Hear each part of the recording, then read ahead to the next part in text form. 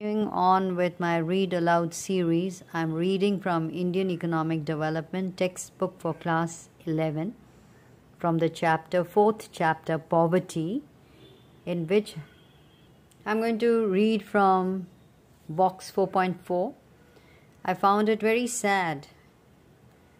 Ramdas Korwa's Road to Nowhere. Very poignant story. It's an excerpt from P. Sainath's 1996 Everybody Loves a Good Drought Stories from India's poorest district, Penguin Books, New Delhi. Somehow, Ramdas Korwa of Rachketa village was not overjoyed to learn that he was worth rupees 17.44 lakh to the government. Late in 1993, the authorities decided to lay a 3-kilometer road leading to Rachketa village in the name of tribal development by allocating rupees 17.44 lakh towards the project.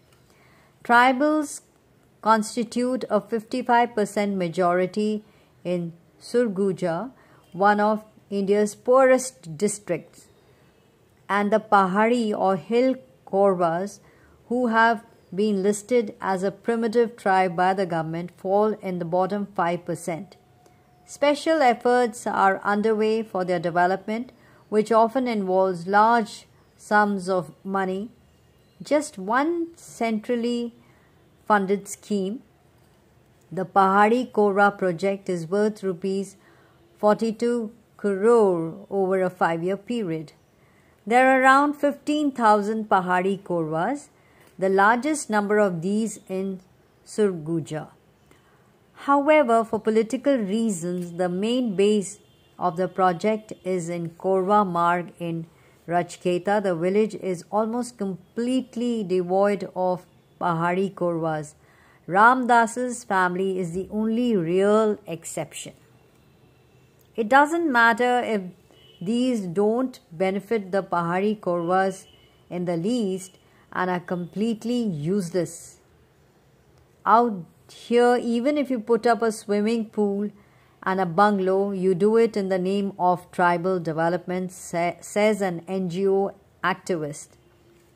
Nobody bothered to check whether there were really any Pahari Korwas living in the Rachketa village, and there was already a Kacha road here, says Ram Avtar Korwa, son of Ramdas.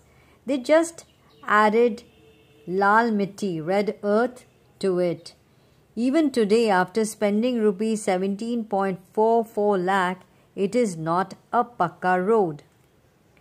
Ramdas's own demands are touchingly simple. All I want is a little water, he says. How can we have agriculture without water? When repeatedly pressed, he adds, instead of spending rupees 17.44 lakh on that road, if they had spent a few thousands on improving that damaged well on my land, wouldn't that have been better? Some improvement in the land is also necessary, but let them start by giving us a little water. Ramdas's problems were ignored. The government's problem was fulfilling a target. If the money were simply put into the bank, fixed deposits, none of these Pahari Korwa families would ever have to work again. The interest alone would have made them very well off by Surguja's standards, says an official mockingly. Nobody thought of asking Ramdas what he really needed, what his problems were, or involving him in their solution. Instead, in his name, they built a road he does not use at a cost of rupees 17.44 lakh. Please do something plain. Journeying 2 kilometers to reach this road to nowhere. A poignant story indeed. Ramdas wants a well, they give him a road. They want water. Ask them what they want before you can come up with your grandiose plans. Sure. Perhaps such instances are added in this NCERT text so that the future civil servants can think.